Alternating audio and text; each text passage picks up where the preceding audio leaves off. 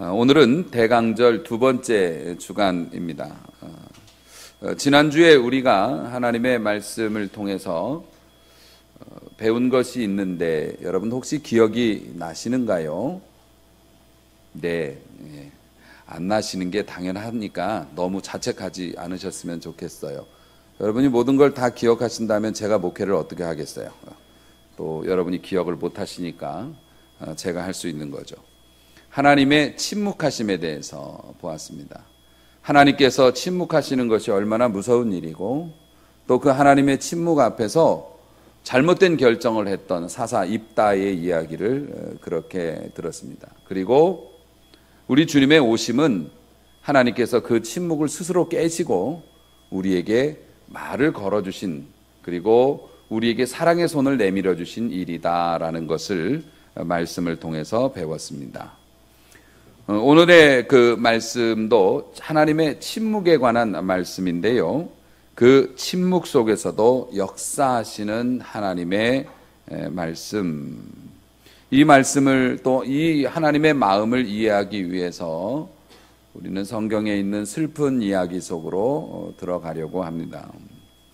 오늘 본문은 매우 간단하게 기록이 되어져 있어요. 짧은 한 절의 말씀이기도 하고요.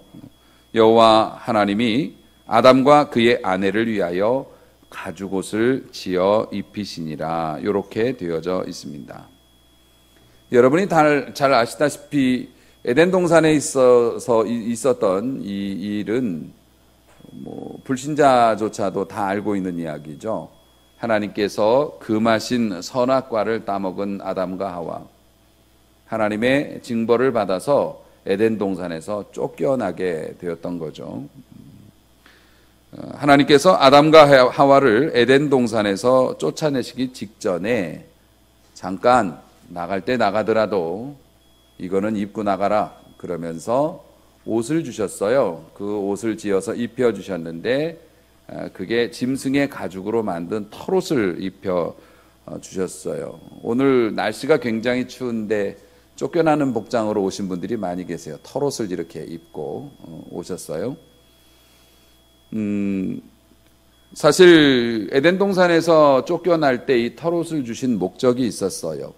우리가 짐작하건대 인간이 범죄하기 이전에는 발가벗고 맨몸으로 살아도 괜찮을 만큼 날씨도 온화했고 그리고 주변의 자연 환경들이 온화했던 것으로 우리는 알고 있어요. 그런데 인간이 범죄해서 죄라고 하는 것이 세상에 들어오는 순간 인간만 잘못된 게 아니라 자연과 만물이 함께 저주를 받았다고 해요. 이 만물도 탄식한다고 얘기를 하는데, 그래서 이전에는 없던 막 잡초, 가시, 독풀 막 이런 게 생긴 겁니다. 그래서 이제는 그 죄로 말미암아 자연도 저주를 받았기 때문에 인간이 맨몸으로 자연을 내서 살아갈 수가 없는 거예요. 상처를 입게 되고요. 그리고 추위와 더위가 이제 생겼기 때문에 견딜 수가 없는 상황이 된 거죠. 사실 이러한 상황 변화에 따라서 인간이 대응을 했던 겁니다. 아담과 하와가 대처를 했던 게 뭐냐면은 그들의 눈이 밝아져서 벌거벗은 것을 보고 부끄럽기도 했고 또 주변에 달라진 상황에 대응하기 위해서 자기들도 옷을 만들었죠. 그 옷의 재료가 뭐였냐면 무화과 나무 잎사귀였어요. 나뭇잎으로 옷을 만들어서 입었다는 겁니다. 그런데 여러분 지금이나 옛날이나 마찬가지겠죠. 나뭇잎사귀로 옷을 만들어 입은 게 그게 무슨 변변했겠느냐 말이에요. 시간이 지나면 나무잎사귀는 말라서 이렇게 그냥 변형되어지고 아무리 뭘 어떻게 했던들 나뭇잎으로 옷을 만든 게 몸을 보호해 줄 리가 있겠으며 잠시는 어떨지 몰라도 따뜻하게 해줄 리도 없겠고요. 그리고 결정적으로 이거는 수명이 너무 짧잖아요. 나뭇잎으로 만든 옷은. 이건 갈아입기 바쁜 거죠.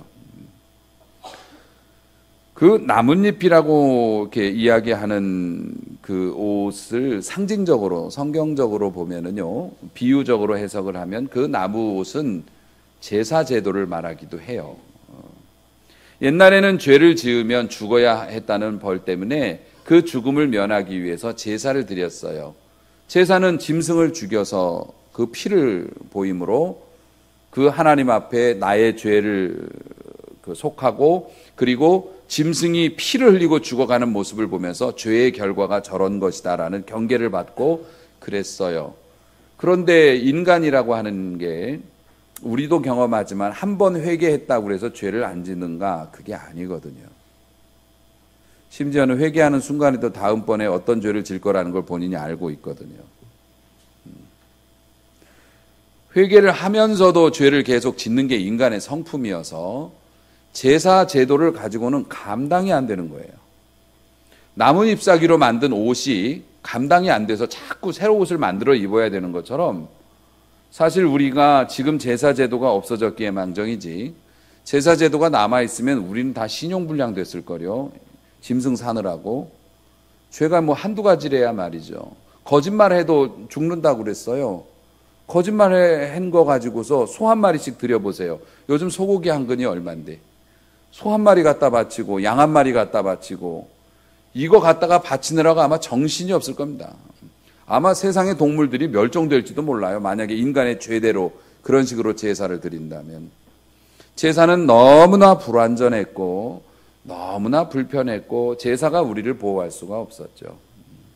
그런데 짐승의 가죽은 얘기가 다르잖아요. 이런 초현대 시대에도 짐승의 가죽은 귀한 것이고 따뜻한 것이고 좋은 것이고 그렇게 인정을 받을 정도니 짐승의 가죽은 또 견고하기 이를 데가 없고 그래서 사람을 보호하죠. 그래서 하나님께서도 그것을 아시기 때문에 나뭇잎사귀로 무슨 옷을 해 입고 나뭇잎사귀로 무슨 보호를 받니? 짐승의 가죽이 돼야지 너희가 보호를 받을 수 있지.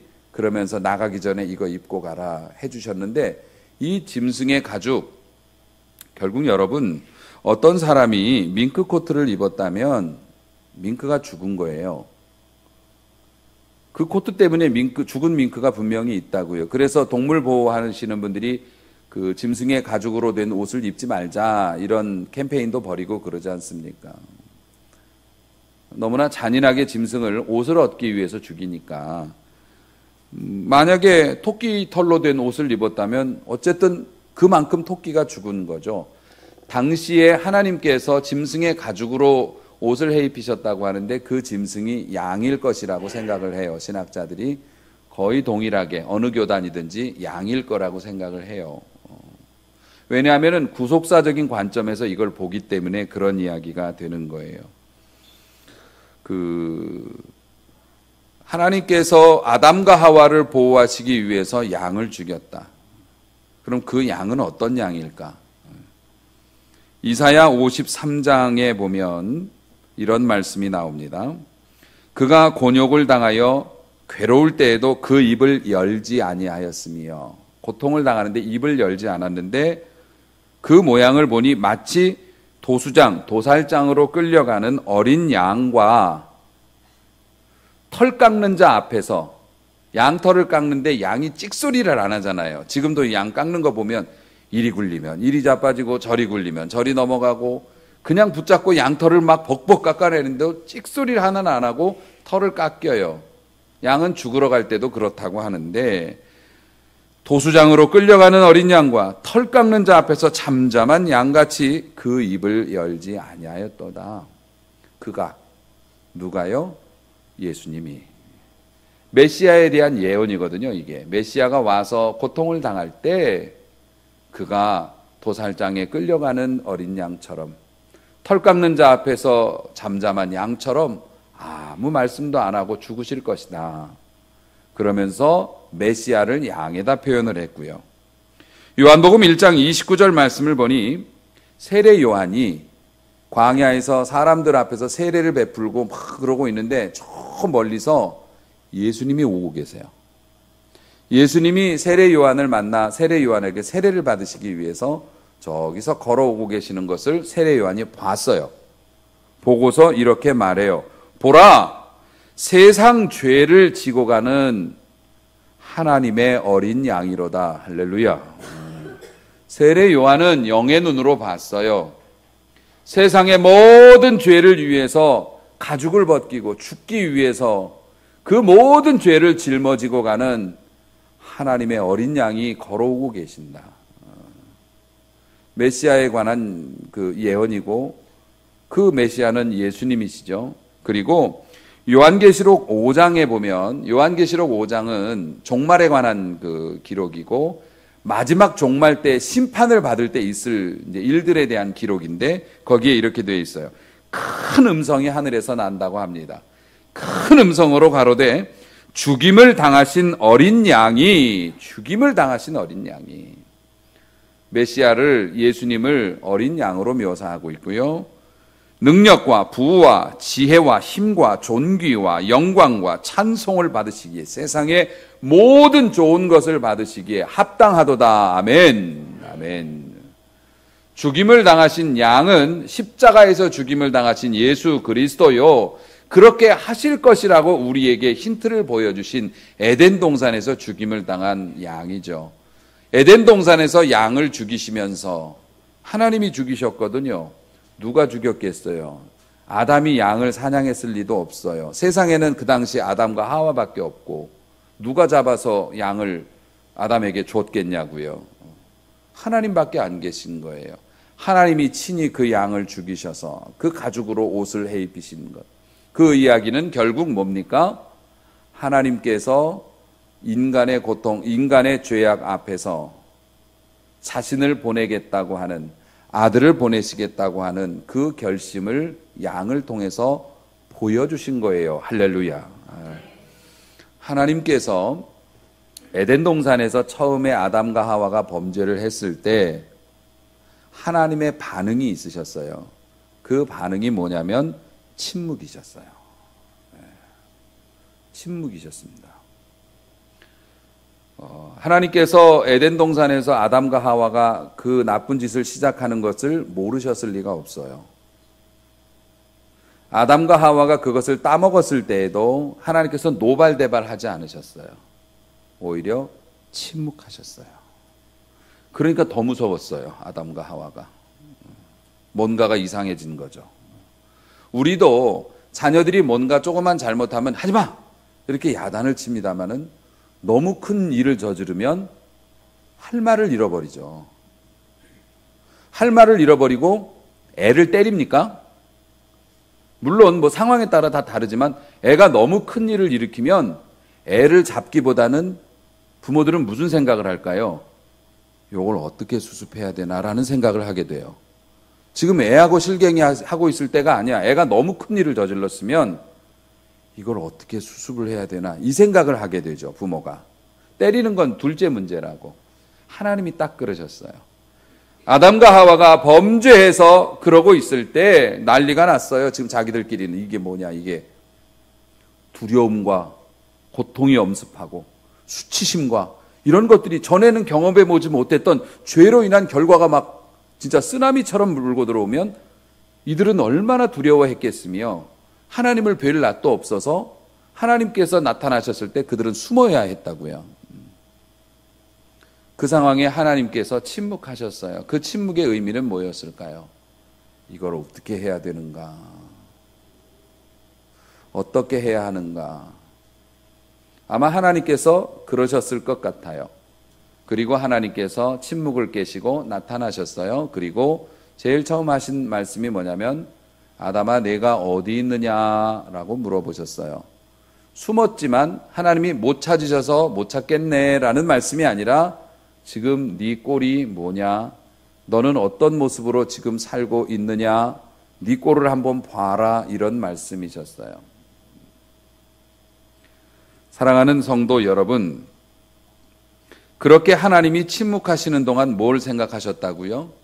우리는 상상이지만 성경에 나타난 하나님의 성품과 그분의 하신 일들을 보면 당연히 미루어 짐작할 수 있었죠.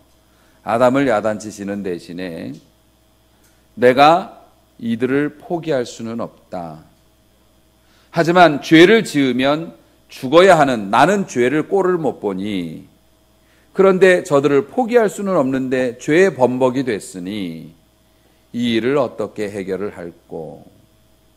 저들의 죄를 대신해서 내가 죽어 해결을 하리라. 할렐루야. 그런 결단을 하시는 거죠. 인간의 입장에서 보면 내가 죄를 지었는데 하나님이 침묵하시네. 하나님이 못 본 채 하시네? 못 보셨나? 아니면 나를 내버리신 건가? 나를 내치신 건가? 아니요. 그 당시에 하나님의 침묵은 준비하시는 침묵이었습니다. 사랑하는 성도 여러분, 분노하셨어요. 실망하셨어요. 하나님께서 공들여 만들어 놓으신 이 세상을 아주 엉망으로 만들어 버리셨어요. 그분의 공의 때문에 당연히 죽여야 했지만 하나님께서 인내하셨어요. 그리고 침묵 중에 어린 양을 준비하시고 스스로 어린 양이 되어 죽기로 작정하시고 때가 되어 이 땅에 오셔서 죽으셨어요. 예수 그리스도입니다.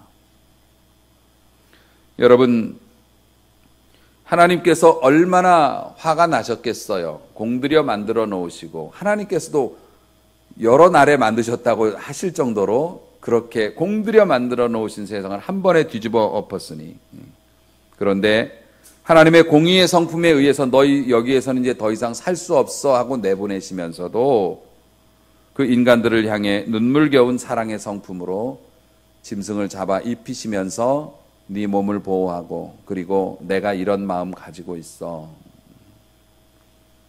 결국 나는 너희를 죄 때문에 죄의 결과로 내보내긴 하지만 너희를 놓을 수는 없다. 내가 죽어 너희를 살린다라는 말씀을 우리에게 보여주셨던 거죠. 사실 지금 우리는 이 아담과는 달라요. 아담과는 다릅니다. 왜냐하면 우리는 예수 그리스도의 오심 이후에 태어난 사람들이고, 아담은 예수님이 오시기 전에 살았던 사람이죠. 예수님 오시기 이전에 살았던 사람들은 양심과 제사에 의해서 하나님께 나아갈 수 있었을 거로 인정을 합니다. 아브라함이 예수 안 믿었다고 지옥 갔다고 말하는 건 말이 안 되잖아요. 그래서 예수님이 오시기 이전에는 그 제사와 그들의 양심에 의해서 하나님께 판단을 받았을 것으로 예상이 되는데, 우리는 예수님이 오시는 거예요.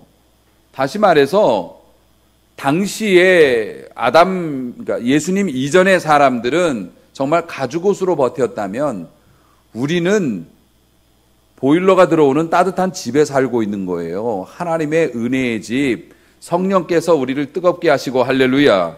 그리고 예수님께서 그 피로 보호받은 사람들을 모아서 교회를 만들어 놓으시고, 그 안에서 우리가 예수의 피를 힘입어 오늘도 주의 보좌에 나아갑니다 찬양하면서 이렇게 예배를 드리고 있잖아요. 이 추운 날.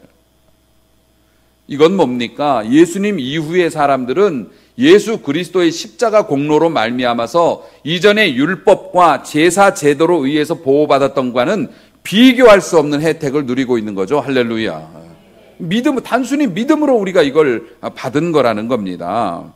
사랑하는 성도 여러분, 아담 당시에 그 문제의 근원을 일으킨 이 아담이 후로 오는 모든 사람에게 물려질 죄를 저질러 놓고 하나님 앞에 징계당해서 쫓겨나는 순간에도 가죽옷을 지어 입히신 하나님이 오늘날 예수님을 믿고 예수의 피를 의지해서 믿음으로 살아보겠다고 이렇게 나와서 예배하는 여러분들을 얼마나 좋은 것으로 주시겠느냐. 그 아들을 아끼지 않고 내어주신 이가 어찌서 그 모든 것을, 흥분하니까 사투리 나오네. 어째서 그 모든 것을 여러분에게 은사로 은사라는 게 기프트, 선물이라는 뜻이에요. 여러분의 노력이 아닌 하나님이 그냥 주시는 아들을 내어주신 그가 구하는 자에게 어찌 세상의 모든 것을 은사로 선물로 너희에게 주시지 않겠느냐. 할렐루야. 아들까지 내어주신 우리 하나님이. 사랑하는 우리 성도 여러분, 아담이 그런 긍휼을 입었는데 예수의 보혈을 믿는 우리가 긍휼을 입는 건 당연한 것이고, 그러므로 우리가 그 주의 백성으로서 하나님 앞에 나아가서 하나님과 바른 관계를 유지하기만 한다면 우리를 해하거나 우리를 고통으로 끌고 가거나 우리를 그 속에서 영원히 있게 만들 어떤 것도 없음을 여러분이 믿으시기를 축원합니다. 저는 여러분에게 권면하고 싶어요. 내 실패가 너무나 뼈저린 것이라서, 내가 잃어버린 게 너무 커서 복구가 안 될 거야, 혹은 내 실패가 너무 크기 때문에 다시 이전의 삶으로 돌아가지는 못할 거야. 혹은 내가 하나님 앞에 잘못한 게 너무 큰 것이어서 내가 아무리 열심히 신앙생활을 해도 이젠 너무 늦었을 거야. 그런 생각에서 벗어나시기를 주의 이름으로 축원합니다. 왜냐하면 우리 말씀을 보아도 그렇고 창세기에서 이렇게 침묵하시고 아담과 하와를 돌보아 주시는 하나님을 보아도 그렇고 오늘날 우리를 위하여 죽으시고 우리를 위하여 살아나시고 오늘도 우리를 보호하시고 계시는 예수님과 성령님의 은혜를 봐도 그렇고 우리들의 실패가 우리를 그렇게 오랫동안 어두움에서 잡아둔 게 아니고요. 하나님의 사죄와 은총 그리고 그 은혜를 믿는 믿음이 부족했기 때문에 우리가 어두웠던 것이라는 거죠. 하나님이 손이 짧아서 우리를 구원 못하시는 게 아니라는 거죠.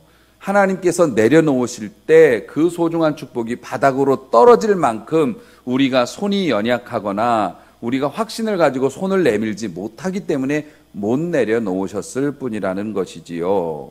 믿으시기를 축원합니다.